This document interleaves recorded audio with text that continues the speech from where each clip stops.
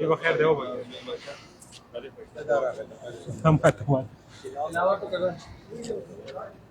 أعوذ بالله من الشيطان الرجيم. بسم الله الرحمن الرحيم. إذا جاء نصر الله والفتح ورأيت الناس يدخلون في دين الله أفواجا فسبح بحمد ربك واستغفره إنه كان توابا. صدق الله العظيم.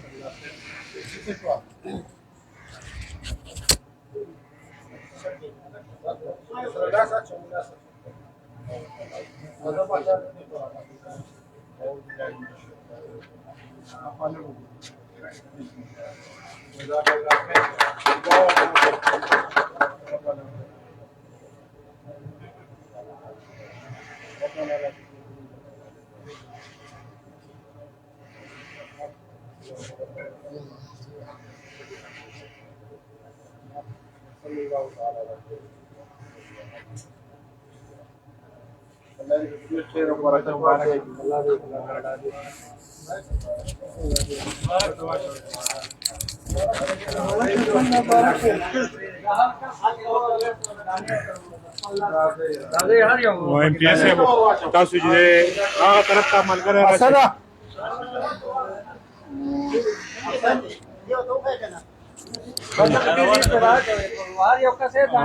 امتیاز ہے وہ دا زموږ درینه مسله وه دا ګریډینګ یونټ چې دی نو مونږ وایو چې تاسو په خپل لاس ودانې ور واچوئ. صحیح دی.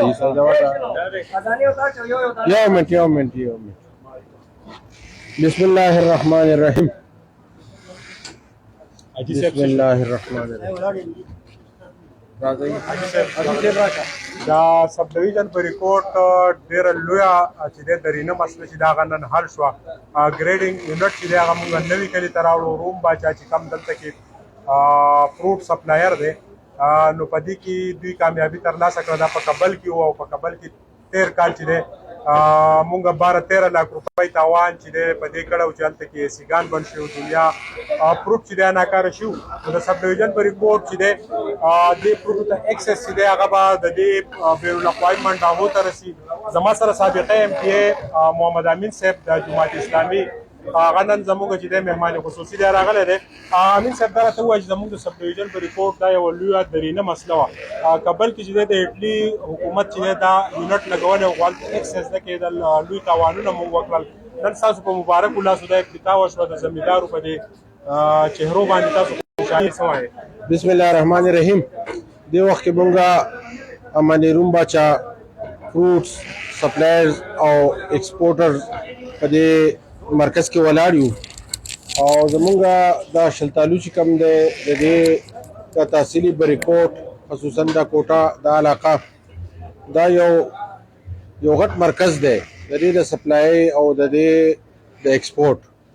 او دا نن چې د دې ماشین کوم افتتاح وشوه حقیقت دا چې دې سره به چې کوم دا شلتالو دی د دې صفایي او د دې د رڼایي او د دې د پالش کولو دا یو پروسس د عمل شروع شي. نو یو کوالټي پروډکټ چې دا به مارکیټ ته راشي. موږ وګورو نو زمونږ ماشاءالله دا شلتالو چې کوم دی په دې کې خپل شاینینګ دی، په دې کې خپل یو برکت دی. زمیندار پوره کال چې دی محنت وکړي بیا ګلی توفان راشي هغه وغورځېږي. د خیبر پښتونخوا د زراعتو یو لوی سیکټر په دې کې ناکامه دی چې زمیندار له سہولیات ورکړي. څه به وایي؟ اصل کې زموږ د قوم بدنصیبي دا ده چې دا ملک الله تعالی د ډېرو نعمتونو نه مالامال پیدا کړی دی، لیکن دا 75 سالو شو نو نه داسې حکومت راغی په دې ملک باندې چې هغه د عوامو مسلې حل کړي او د دې ملک نه د یو صحیح فلاحي مملکت جوړولو دپاره کوششونه وکړي. ضرورت د دې خبرې دی چې کومه محکمه د کوم کار دپاره جوړه ده په کار ده هغه د هغې دپاره شپه ورځ محنت وکړي او د هغې چې کوم هغه پروموشن دی زمیندارو مسایل حل کول دي او زمیندارو ته مراعات ورکول دي.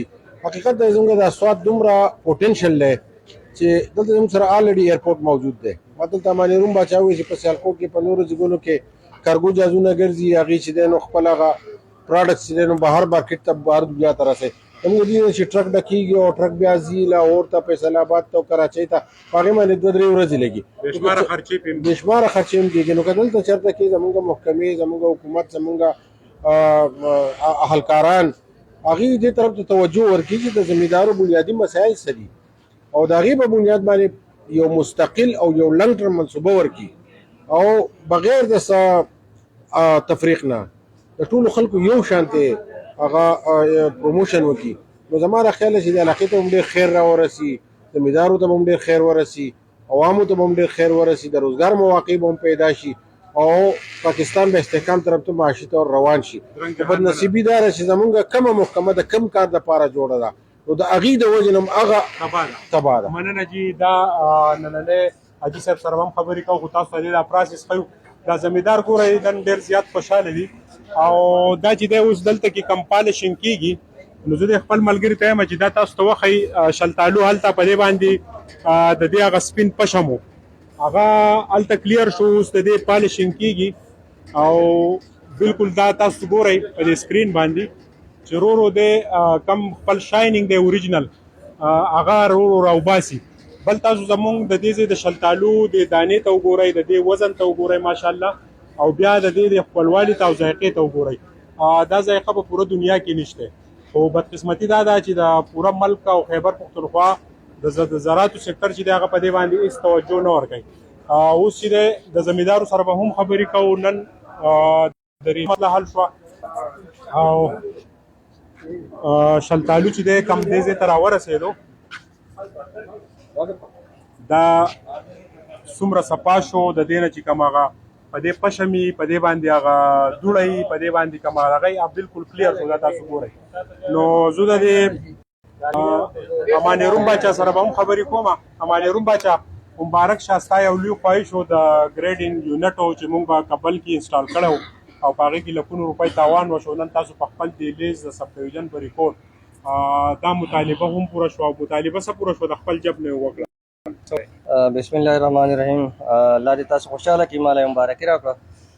الحمدلله پروس کال خو تاسو څنګه چې بیان کړل چې موږ کې 12 لکه خو زما په اندازه موږ 25 لکه روپۍ پای کې تاوان کړو. هغه سیټ اپ یا جوړ کړو خو هغه ناکامه شو. یو زموږ د ان ایکسپیرینس یو د وجې یو دغه پلان ته وجې بهرحال تجربه پکې وشوه مشاهده وشوه نو انشاءالله دغه تجربې په بنیاد باندې ما دا سوچ وکړو چې یاره د علاقې لا داسې یو پلانټ پکار دی چې هغه د دې شلتالو صفایي وکړي او موږ د ایکسپورټ لپاره خبره جوړه کړو. نو امید دی تاسو ولیدل چې دا شلتالو چې لاوله موږ څنګه لیدو هغه څنګه و اوس تاسو ګورئ د هغې هغه صفایي بلکې د انټرنیشنل کم لوازمات چې دي یا د هغو ریکوایرمنټس چې دي د هغې په پوره کوي انشاءالله. نو ډېر زر تر زره به انشاءالله دا شلتالو کخیر انشاءالله دا به موږ بین الاقوامي منډه وترسو انشاءالله. باچا صاحب دا راته ووایه چې زموږ د علاقې د شلتالو کومه ذایقه ده د دې کم حسن دی بیا د دې دانې کم وزن دی دا خو زما په خیال الحمدلله داسې په پوره دنیا کې دا سایز او دا رنګ دا په پوره دنیا کې نشته او انشاءالله چې کله موږ انټري وکړو انټرنیشنل مارکیټ ته انشاءالله موږ به هغه اخلو هغه مارکیټ به بیا د نورو خلکو نه انشاءالله به زنګوي. زمیندارو سره هم خبرې کوو خو زه دلته کې تاسو ته یونټ چې دی نن دا ټول زمیندار دي دوی ډېر زیات خوشحاله دي. دې کې بیپاریان هم موجود دي او دا شلتالو به وځي بین الاقوامي منډهو ته د هغوی د کم میسوپیس چې دي د هغوی چې کم ریکوایرمنټ دي د هغې مطابق به هم د دې شلتالو چې دې ته اړو ویلی کېږي دا بالکل کلیر شو پالش شو. د پالشنګ نه بعد دی دلته رالو او بیا د دې چې کم بین الاقوامي معیار چې کم د دې پیکینګ دی نو هغه پیکینګ چې دی هغه به هم ورکول کېږي. زه د خپل ملګري ته هم چې دا یونټ وښیي، یو لوی پروسس د هغه ځای نه دا بالکل د یو لوی یونټ دی او په دې یونټ کې د مختلفو ځایونو نه بیا د دې وزن دپاره بل یو سیسټم به لګي چې هغه به دا دانې کمې مین په 1 نمبر کې راځي یا ABC راځي، د هغې د جدا کولو دپاره به هم یو سیسټم لګي. خو زه تاسو ته دا ښیم چې دا تاسو وګورئ د دې شلتالو خپل کم اوریجنل رنګ چې دی هغه راښکاره شو او د دې پالشینګ نه بعد چې دی په دې کې یو نوره ښکلا چې دی هغه راغله. کوشش کوو چې دلته کې د دې زمیندارو ملګرو سره خبرې وکړو. باچا صاحب منظوره دا راته ووایه अगर कार्टन में डालते हैं या अगर डिब्बे में डालते हैं دا راته ووایه چې دلته د سب ډویژن په ریپورټ ستاسو روزانه پوره د ملک کمې منډۍ چې دی هغې ته څومره ټرکونه روزانه وځي؟ بسم الله الرحمن الرحیم. ستاسو ډېره مننه باچا صاحب، تاسو راغلی زموږ د پروګرام یې ارینج کو. دلته زموږ د منډۍ نه تقریبا پرون به هم 15,000 کارټن زموږ د اډې نه صرف زموږ چې کوم اړتیان دي هغو زموږ سره یو ریکارډ د دې وجې موږ ته هغې پته وي دا به زموږ اړتیان لتلي. خو د بدقسمتۍ نه د منډو کې نن سبا باران دی ښکته په مارکیټ کې، نو د هغې ډېر زیات کم مارکیټ دی چې 400-500 روپۍ باندې ښه خمانو تاسو چې دا ولیدو دا زموږ د خپل باغ مال دی او کیټو مارکه ده، نو دا هم په 500-600 روپۍ داسې باندې خرڅېږي. نمبر څه دی شلتالو؟ دې 6.5 نمبر ګولډن 6.5 نمبر او جی نو دا خرچه چې ده دا د سرې او د سپریم نه کېږي. نو د دې د وجې لکه زموږ ډېر باغوانان هر کال نقصان وکړي. ګریډینګ یونټ سره د څونه زمیندارو ته چې دی فایده به ورسي د دې سب ډویژن په ریپورټ؟ انشاءالله زموږ د تحصیلي بریکوټ خو موږ چې دا سټارټ کړو روم باچا والا، انشاءالله تحصیلي بریکوټ نه خو به دې خلکو ته ډېره پیدا ورسي چې دا بار ملک ته موږ سټارټ کړو او دا مالونه بهر وځي نو ډېره پیدا به راشي. بالکل جی د نوي کلي په ځمکه باندې د ګریډینګ یونټ نننۍ افتتاح د محکمه زراعت د دې ځای د ځایي زمیندارو دپاره یو لوی د پیدې سبب دی. دا یونټ چې دی دی به د شلتالو چې کوم خپل اوریجنل کلر دی کم چې د دې میوې ښکلا ده هغه به د پالشینګ نه بعد چې دی هغه راوځي او بیا به بین الاقوامي منډغو ته د هغوی د پیکینګ مطابق د هغوی چې کوم SOPs دي د هغې مطابق به دا پوره دنیا منډغو ته ځي. نو دلته به ځایي زمیندار چې دي هغوی ته هم پیدا رسي، ولې چې که دا شلتالو د پاکستان په منډاو کې هغه شان کم د دې نه نه راځي کم چې زمیندار پوره کال اوبه ورکړي، سرې ورکړي، هغوی چې دی هجارې ورکړي، هغوی چې دی په دې پسې خپل ټایم او خپل وخت ضایع کړي، نو هغه پیدا زمیندارو ته د هغوی په دهلیز نه میلاویږي.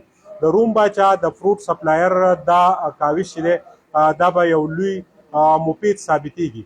خو محکمه زراعت نه هم پکار دي چې د دې ځای د زمیندارو په مشکلاتو باندې توجه ورکړي. ما سهیل باچا له راکړه اجازت، د الله په امان.